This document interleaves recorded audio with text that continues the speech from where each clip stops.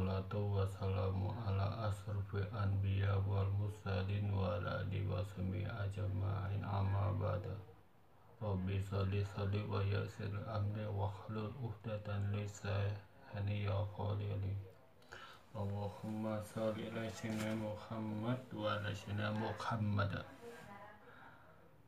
Dalam pembahasan ini saya ingin membahas tentang TIJ Teunggu Ibu Johan yang kerjaannya suka nyinyir, ngebacot konten orang lain ya.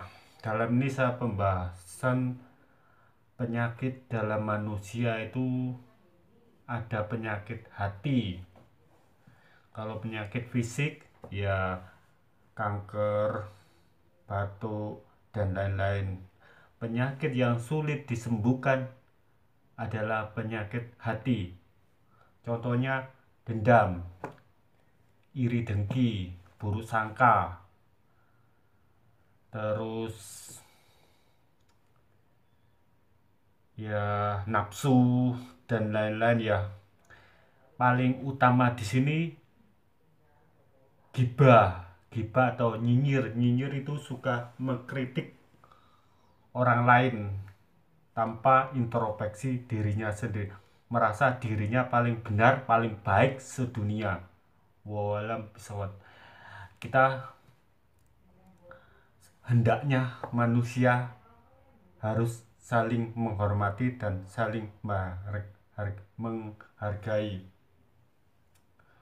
untuk agar kita terhindar dari penyakit namanya yang paling sulit disembuhkan, dan itu penyakit iri dengki, gibah, hujat sana sini tanpa mengetahui seseorang terus. Yang penting demi konten ya, dia hujat sana hujat sini demi uang, pansos dan lain-lain.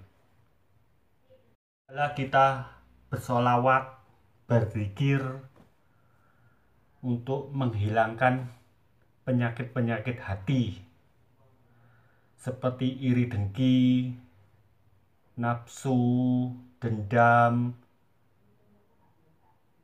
dan lain-lain. Kita hendaknya berzikir, mengucapkan kalimat asma Allah supaya hati kita bersih, terhindar dari penyakit-penyakit berbahaya yang merusak iman kita,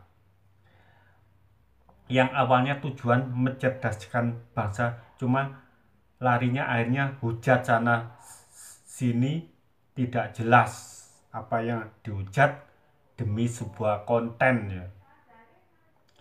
Ini kalau saya lihat TIJ itu enggak semua dia cari bahan, apa yang dicari kesalahan orang lain dia cari terus. Seperti kemarin dia udah masuk penjara, tak kira insaf, oh ternyata terus masalahnya yang kemarin masuk penjara udah tahu ya, dia mengatakan Habib palsu. Setelah dituntut akhirnya dia masuk penjara dan minta maaf. Tak kira udah tobat sampai di situ ya. Terus berlanjut dia itu mengkritik para pelaku supranatural dan misteri. Semua dihujat sana sih tanpa pandang bulu ya. Pokoknya dia demi konten dan uang yang dihasilkan. Tapi uang dihasilkan dari hujat sana sini itu saya katakan uang haram ya, karena menyakiti orang lain tanpa pandang bulu. Intinya mencerdaskan, tujuannya mencerdaskan bangsa, tapi akhirnya menjadi perpecahan umat sana sini antara pendukung A, pendukung B. Kalau pesulap merah memang dia mengkritik dengan triknya, dengan keilmuannya, menjelaskan bahwa ini hanyalah trik. Tapi kemarin kesalahannya larinya ke agama. Tapi dia punya ilmu. Kan TIJ cuma dia tidak punya karya, hanya mengkritik orang lain. tujuannya hanya cari viewer, dan uangnya hasilnya juga nggak tahu buat apa dia. Tapi bagi saya, walaupun dia penghasilnya gede tapi menyakiti orang lain, hujat sini tanpa jelas, seperti kemarin Habib dikatakan Habib si A si A, jadi penjelasan terus menghujat sana sini sini terus. Intinya penyakit iri dengki dan lain-lain itu. Orang kayak gitu tuh kayaknya kurang piknik dan kurang zikir. Kalau orang udah piknik berzikir, nggak melihat orang lain hasilnya apa, kan YouTube intinya hiburan ya, edukasi, wis karya orang lain kita nggak peduli, yang penting kita berkarya dengan cara kita sendiri. Sedangkan saya lihat TIJ itu karyanya apa? Karyanya cuma menghujat channel orang lain.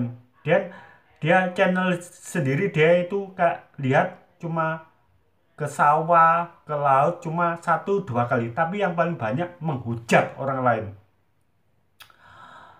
Moga kita, moga nanti dia nggak tahu karma yang diperoleh TIJ dengan menghujat. Wawalam nanti kita nggak tahu ke depannya. Yang penting intinya kita jangan ikut-ikutan bela sana sini. Yang penting kita introspeksi diri kita supaya lebih baik lagi. Jangan ikut-ikutan menghujat tanpa ada yang jelas. Intinya tidak sampai terjadi perpecahan umat. Kita di sini bersaudara ya.